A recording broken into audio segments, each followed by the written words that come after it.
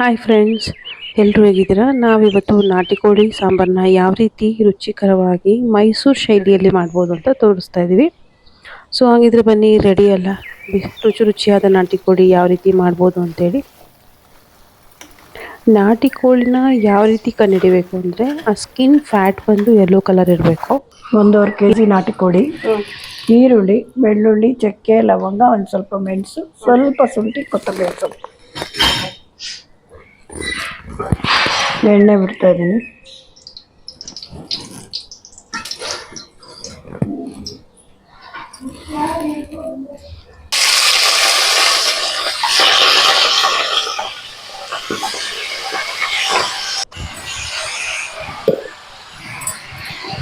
ಉಪ್ಪು ಇಡೋದ್ರಲ್ಲ, ಉಪ್ಪು ಒಂದಿಡಿ.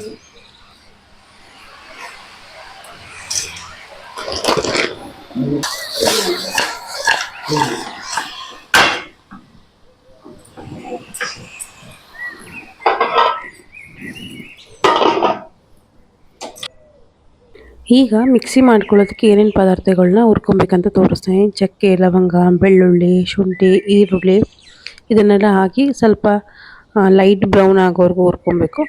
ಅದಾದಮೇಲೆ ಇದಕ್ಕೆ ನಾವು ಎಷ್ಟು ಖಾರದ ಪುಡಿ ಬೇಕೋ ಅಷ್ಟನ್ನು ನೋಡ್ಕೊಂಡು ಹಾಕ್ಕೊಬೇಕು. ಯಾಕಂದರೆ ಈರುಳ್ಳಿ ಹಾಕ್ತಿರೋದ್ರಿಂದ ಒಂದು ಅರ್ಧ ಟೀ ಸ್ಪೂನ್ ಅಟ್ಲೀಸ್ಟ್ ಎಕ್ಸ್ಟ್ರಾ ಖಾರ ಇದ್ದರೆ ಸಾರು ಚೆನ್ನಾಗಾಗುತ್ತೆ. ಇದಕ್ಕೆ ಒಂದು ಸ್ವಲ್ಪ ಹರಳೆಣ್ಣೆ ಹಾಕ್ಕೊಂಡ್ರೆ ಒಳ್ಳೆಯದು. ಯಾಕಂದರೆ ನೀವು ಒಗ್ಗರಣೆಗೆ ಬೇಕಾದ್ರೂ ಹಾಕೊಬೋದು, ಅಥವಾ ಇಲ್ಲಿ ಇನ್ ಕೇಸ್ ಮರ್ತ್ರಿ ಅಂದರೆ ಇಲ್ಲಿ ಬೇಕಾದ್ರೂ ಹಾಕೊಬೋದು. ಕ್ಯಾಸ್ಟ್ರೋಲ್ ಆಯಿಲ್ ಯಾಕೆ ಒಳ್ಳೆಯದು ಅಂದರೆ, ನಿಮಗೆ ಬಾಡಿ ಎಕ್ಸಸ್ ಆಫ್ ಹೀಟ್ನ ಕಡಿಮೆ ಮಾಡುತ್ತೆ. ಯಾಕಂದರೆ ನಾಟಿ ಕೋಳಿ ಚಿಕನ್ ಬಂದು ತುಂಬಾ ಹೀಟ್ ಅದು ಬಾಡಿಗೆ. ಅದಕ್ಕೋಸ್ಕರ ಸ್ವಲ್ಪ ಹರಳೆಣ್ಣೆ ಹಾಕ್ಕೊಳ್ಳೋದು ತುಂಬಾ ಒಳ್ಳೆಯದು. ಅದು ಯಾವುದೇ ರೀತಿ ಬ್ಯಾಡ್ ಸ್ಮೆಲ್ ಬರೋಲ್ಲ. 1 ಸ್ಪೂನ್ 1.5 ಸ್ಪೂನಷ್ಟು ಹಾಕ್ಕೊಬೋದು ನೀವು. ಒಳ್ಳೆ ಟೇಸ್ಟ್ ಸಹ ಸಿಗುತ್ತೆ, ಆರೋಗ್ಯಕ್ಕೂ ಒಳ್ಳೆಯದು. ಖಾರದ ಪುಡಿನ ನಾವಿಲ್ಲಿ 2.5 kg ನಾಟಿ ಕೋಳಿ ಇರೋದ್ರಿಂದ ಒಂದು 5 to 6 ಸ್ಪೂನ್ ಹಾಕ್ಕೊಳ್ತಾ ಇದ್ದೀವಿ. ಸೊ ನೀವು ಎಷ್ಟು ಕ್ವಾಂಟಿಟಿ ಹಾಕ್ಕೊಳ್ತೀರಾ ಅದ್ರ ಮೇಲೆ ಡಿಪೆಂಡ್ ಆಗುತ್ತೆ. ನೋಡ್ಕೊಂಡು ಹಾಕ್ಕೊಳ್ಳಿ ಖಾರದ ಪುಡಿನ.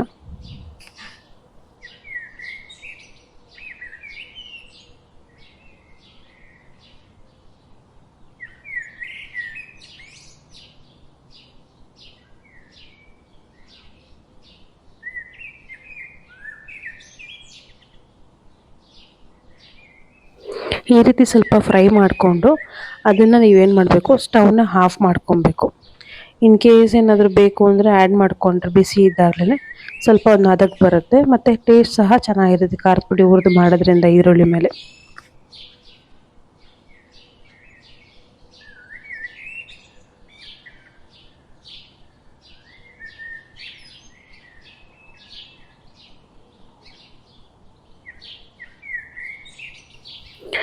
ಈಗ ಈ ನೀರೇನಿದೆ ಅದು ಪೂರ್ತಿ ಸ್ವಲ್ಪ ಎಲ್ಲ ಡ್ರೈ ಆಗಬೇಕು, ಅಂದರೆ ಸುಣ್ಣಬೇಕಂತ ಹೇಳ್ತೀವಿ. ಅದೆಲ್ಲ ಸುಂಡಾದ ನಂತರ ನಾವು ಏನು ಮಸಾಲೆ ನಾವು ಹುರ್ಕೊಂಡಿದ್ದೀವಿ ಅದನ್ನು ಆಡಿಸ್ಕೊಂಡು ನಾವು ಅದಕ್ಕೆ ಆ್ಯಡ್ ಮಾಡ್ಕೊಂಡು ನೀಟಾಗಿ ಫ್ರೈ ಮಾಡ್ಕೊಬೇಕು. ಸ್ವಲ್ಪ ತಳ ಕಚ್ಚೋದು ಅನ್ನೋದಾದರೆ ಬೇಕಾದರೆ ನಾವು ಆವಾಗ ಸ್ವಲ್ಪ ನೀರನ್ನ ಹಾಕ್ಕೊಬೋದು. ಸೊ ನೋಡಿ, ಸ್ವಲ್ಪ ನೀರು ಕಡಿಮೆ ಆಗಿದೆ ಅದರಲ್ಲಿ. ಹಾಗೆಯೇ ಈಗ ಮಸಾಲೆ ಏನು ಹುರ್ಕೊಂಡಿದ್ವಿ ಅದು ತಣ್ಣಗಾಗಿದೆ. ಅದನ್ನು ತಣ್ಣಗಾದ್ಮೇಲೆ ಮಿಕ್ಸಿಗೆ ಹಾಕ್ಕೊಂಡು ಅಷ್ಟನ್ನು ಆಡಿಸ್ಕೊಬೋದು.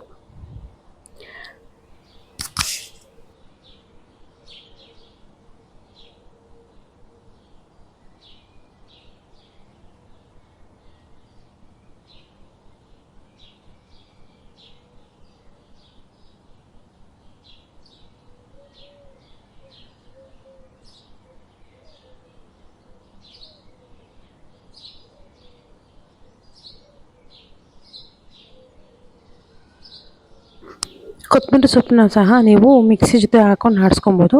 ಮತ್ತು ಮೊಟ್ಟೆ ಲಿವರ್ ಏನಿದೆ ಅದನ್ನು ನಾವು ಮಸಾಲೆ ಎಲ್ಲ ಹಾಕಿ ಕೊನೆಯಲ್ಲಿ ಬೇಕಾದ್ರೆ ಮುಚ್ಚಿ ಇನ್ನೇನು ಕೂಗ್ಸೋಕೆ ಹಾಕಬೇಕು ಅನ್ಬೇಕಾದ್ರೆ ಹಾಕ್ಬೇಕು. ಯಾಕಂದರೆ ಮೊಟ್ಟೆ ಎಲ್ಲ ಒಡೆದೋಗ್ಬಿಡುತ್ತೆ, ಲಿವರ್ ಸ್ವಲ್ಪ ಸಾಫ್ಟ್ ಇರುತ್ತಿದ್ದು ಅದರಿಂದ. ಕೊತ್ತಂಬರಿ ಸೊಪ್ಪನ್ನ ಆ್ಯಡ್ ಮಾಡ್ಕೊಳ್ಳಿ, ಹಾಗೆಯೇ ಮಿಕ್ಸಿ ಮಾಡಿಕೊಂಡು ಅದನ್ನು ತೆಗೆದಿಟ್ಕೊಳ್ಳಿ.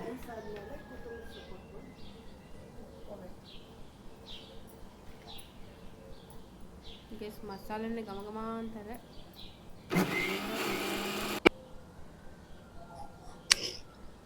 ಸೊ ಈಗ ಮಸಾಲೆ ರೆಡಿಯಾಗಿದೆ.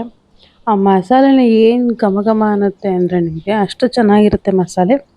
ಇನ್ ಕೇಸ್ ನೀವು ಸ್ವಲ್ಪ ಮಸಾಲೆ ತುಂಬ ಬೇಡ ಅಂದರೆ ಬೇಕಾದ್ರೆ ಸ್ವಲ್ಪ ಚಕ್ಕೆ ಲವಂಗದಲ್ಲಿ ಕಡಿಮೆ ಕೂಡ ಬೇಕಾದ್ರೆ ಮಾಡ್ಕೊಬೋದು ನಿಮ್ಮ ಟೇಸ್ಟ್ ತಕ್ಕಂತೆ.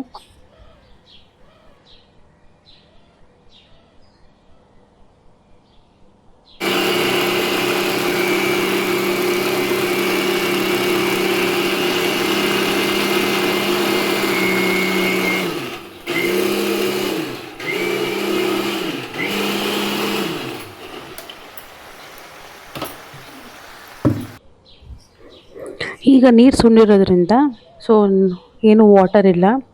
ಸೊ ಕೆಳಗಡೆ ನೋಡಿ ಆಯಿಲ್ ಕಾಣಿಸ್ತಾ ಇದೆ ಅದರಲ್ಲಿ. ಈಗ ನಾವು ಮಸಾಲೆನ ಆ್ಯಡ್ ಮಾಡ್ಕೊಳ್ಳೋಕ್ಕೆ ಸಿದ್ಧ ಇದೆ ಇದು. ನೋಡಿ ಈ ರೀತಿ ಆಯಿಲ್ ಬಿಡಬೇಕದು ಚೆನ್ನಾಗಿ ಉಪ್ಪು ಅರಿಶಿಣದಲ್ಲಿ ಹುರಿದ ಮೇಲೆ.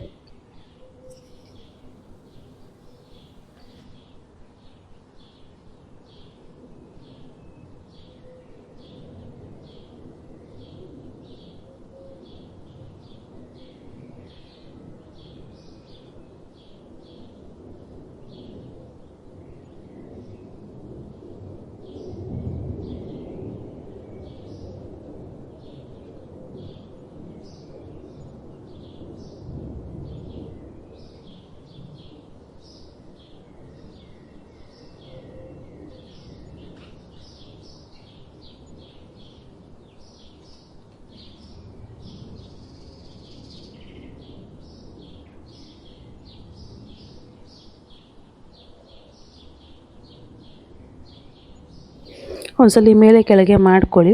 ಮಾಡ್ಕೊಂಡಾದಮೇಲೆ ಈಗ ಮಸಾಲೆನ ಆ್ಯಡ್ ಮಾಡ್ಕೊಳ್ಳೋಣ.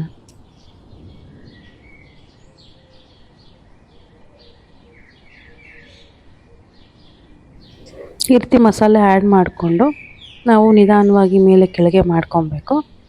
ಯಾಕಂದರೆ ನಮಗೆ ನೀರಿನಂಶ ಇಲ್ಲದಿರೋ ಕಾರಣ ಸ್ವಲ್ಪ ಮಸಾಲೆ ಕಚ್ಕೊಳ್ಳುತ್ತೆ. ಅದಾದಮೇಲೆ ಸ್ವಲ್ಪ ಮಸಾಲೆ ಎಲ್ಲ ಹಾಕಿ ಒಂದು 2 ನಿಮಿಷ ಹುರಿದ ಮೇಲೆ ಇನ್ ಕೇಸ್ ನಮ್ಗೆ ಆಗ್ತಾನೆ ಇಲ್ಲ ಹುರಿಯೋಕ್ಕೆ ಅಂದರೆ ಬೇಕಾದ್ರೆ ಒಂದು ಅರ್ಧ ಲೋಟ ನೀರನ್ನ ಹಾಕ್ಕೊಂಡು ಬೆರೆಸ್ಕೊಂಡು ನಾವು ಮಸಾಲೆನ ಹುರ್ಕೊಬೋದು.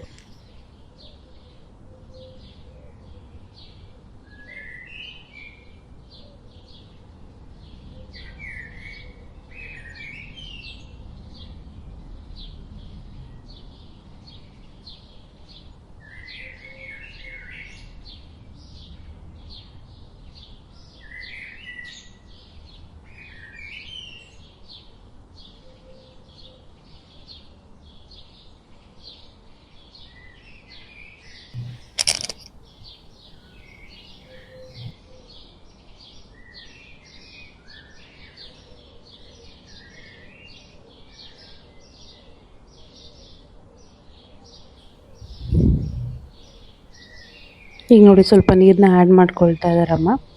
ಇದನ್ನು ಆ್ಯಡ್ ಮಾಡಿಕೊಂಡು ನೀವು ಸೊ ಆರಾಮಾಗಿ ಫ್ರೈ ಮಾಡ್ಕೊಂಡು ಸ್ವಲ್ಪ ಚೆನ್ನಾಗಿ ಮಸಾಲೆ ಹುರ್ಕೊಂಡು, ಆಲ್ರೆಡಿ ನಾವು ಮಸಾಲೆ ಹುರಿದಿರ್ತೀವಿ, ಅಷ್ಟು ಹಸಿ ವಾಸನೆ ಇರೋಲ್ಲ. ಬಟ್ ಆದರೂ ಮಾಂಸಕ್ಕೆ ಅದು ಮಸಾಲೆ ಹಿಡಿಬೇಕಲ್ವ, ಅದರಿಂದಾಗಿ ನಾವು ಈ ರೀತಿ ಮಿಕ್ಸ್ ಮಾಡ್ಕೊಬೇಕಾಗತ್ತೆ.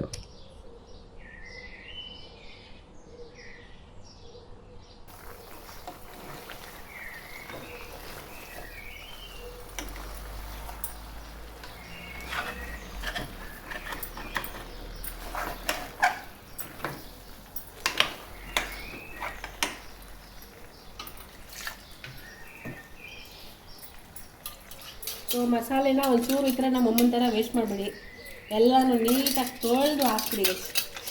ಅದೇ ರುಚಿ ಅಂತೆ, ಮಸಾಲೆ ಒಂಚೂರು ಬಿಡಬಾರ್ದು ಅಂತೆ. ಇಷ್ಟು ಬರುತ್ತೆ. ಇನ್ನೊಂದು ಸ್ವಲ್ಪ ಮಿಕ್ಸಿಲಿ ಏನಿರುತ್ತೆ ಆ ಖಾರನೂ ಸಹ ಮುಂಚೆನೇ ಹಾಕ್ಕೊಂಡು ಅದನ್ನು ಚೆನ್ನಾಗಿ ಮತ್ತೆ ಫ್ರೈ ಮಾಡಿಕೊಂಡು ನಾವು ಕುಕ್ಕರ್ನ ಮುಚ್ಚಬೇಕು. ಕಾಯಲ್ಲಿ ಈಗಲೇ ಹಾಕಬಾರ್ದು, ಎಲ್ಲ ಆದಮೇಲೆ ಕಾಯನ್ನ ಹಾಕಬೇಕು.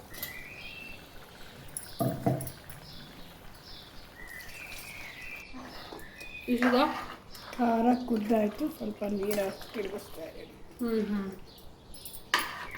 ಏನ ಈಗ ಅದಕ್ಕೆ ಲಿವರ್ ಮತ್ತು ನಾವು ಏನು ಮೊಟ್ಟೆ ಇಟ್ಕೊಂಡಿದ್ವಿ, ನಾಟಿ ಕೋಳಿ ಮೊಟ್ಟೆ, ಸೊ ಅದನ್ನು ಆ್ಯಡ್ ಮಾಡ್ಕೊಂಡಿದ್ದೀವಿ. ಯಾಕಂದರೆ ಅದು ಒಡೆದೋಗಲ್ಲ, ಸೊ ಎಲ್ಲಿರುತ್ತೆ ಅದೇ ಪ್ಲೇಸಲ್ಲಿರುತ್ತೆ ಕುಕ್ಕರ್ ಕೂಗಿದ ಮೇಲೂ ಸಹ. ಈ ರೀತಿ ನಿಧಾನಕ್ಕೆ ಆ ಕಡೆ ಈ ಕಡೆ ನಾವು ಮಿಕ್ಸ್ ಮಾಡ್ಕೊಬೇಕು. ಈಗ ಕುಕ್ಕರ್ ಕೂಗಿಸ್ಬೇಕು. ನಿಮ್ಮ ಕೋಳಿ ಸ್ವಲ್ಪ ಎಳ್ಸಾಗಿದ್ರೆ ಒಂದು 4-5 ಕೂಗು ಸಾಕು.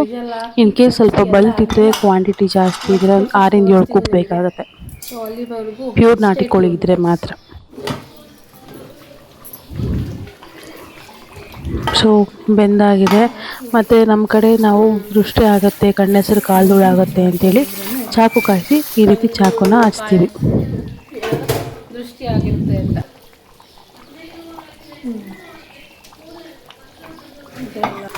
ಕುಕ್ಕರಲ್ಲಿ ಜಾಗ ಇಲ್ದಿರೋ ಕಾರಣ ಸಾಕಾಗಲ್ಲ, ಯಾಕಂದರೆ ಕಾಯಿ ಹಾಲು ಮಿಕ್ಸ್ ಮಾಡ್ಕೊಬೇಕು. ಅದರಿಂದ ಇನ್ನೊಂದು ಪಾತ್ರೆಗೆ ಬಗ್ಗಿಸ್ಕೊಂಡು ಈ ರೀತಿ ಕಾಯಿ ಮತ್ತು ಏಲಕ್ಕಿನ ಹಾಕ್ಕೊಂಡು ಆಡಿಸ್ಕೊಬೇಕು. ಆಡಿಸ್ಕೊಂಡಾದ್ಮೇಲೆ ಈ ರೀತಿ ಫಿಲ್ಟ್ರಲ್ಲಿ ನಾವು ಫಿಲ್ಟ್ರ್ ಮಾಡ್ಕೊಬೇಕು. ಬರೀ ಕಾಯಿ ಹಾಲು ಮಾತ್ರ ತೊಗೋಬೇಕು. ಅದರದ್ದು ಗಷ್ಟ ಏನಿರುತ್ತೆ ಅದನ್ನು ತೊಗೊಳಕ್ಕೆ ಹೋಗ್ಬಾರ್ದು. ಯಾರು ವಿಡಿಯೋ ಆಡಿಸ್ತಿರೋದು ಅಂತ ನೀನು ಕಾಯಿ ಹಾಲು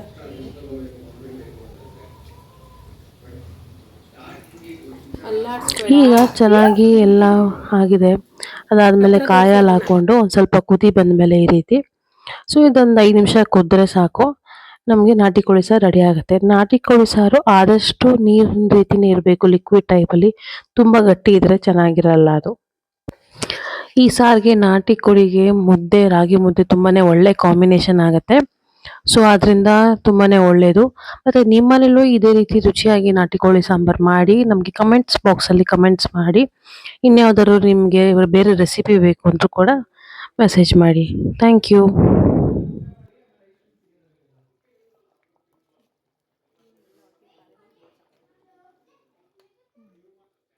ಸೊ ಫೈನಲಿ ನಾಟಿ ಕೋಳನ್ನ ಊಟ ಮಾಡೋದಕ್ಕೆ ಸಿದ್ಧ ಆಗಿದೆ ನೋಡಿ. ತಟ್ಟೆಯಲ್ಲಿ ನಮಗೆ ಅನ್ನ, ಸ್ವಲ್ಪ ತುಪ್ಪ ಮತ್ತು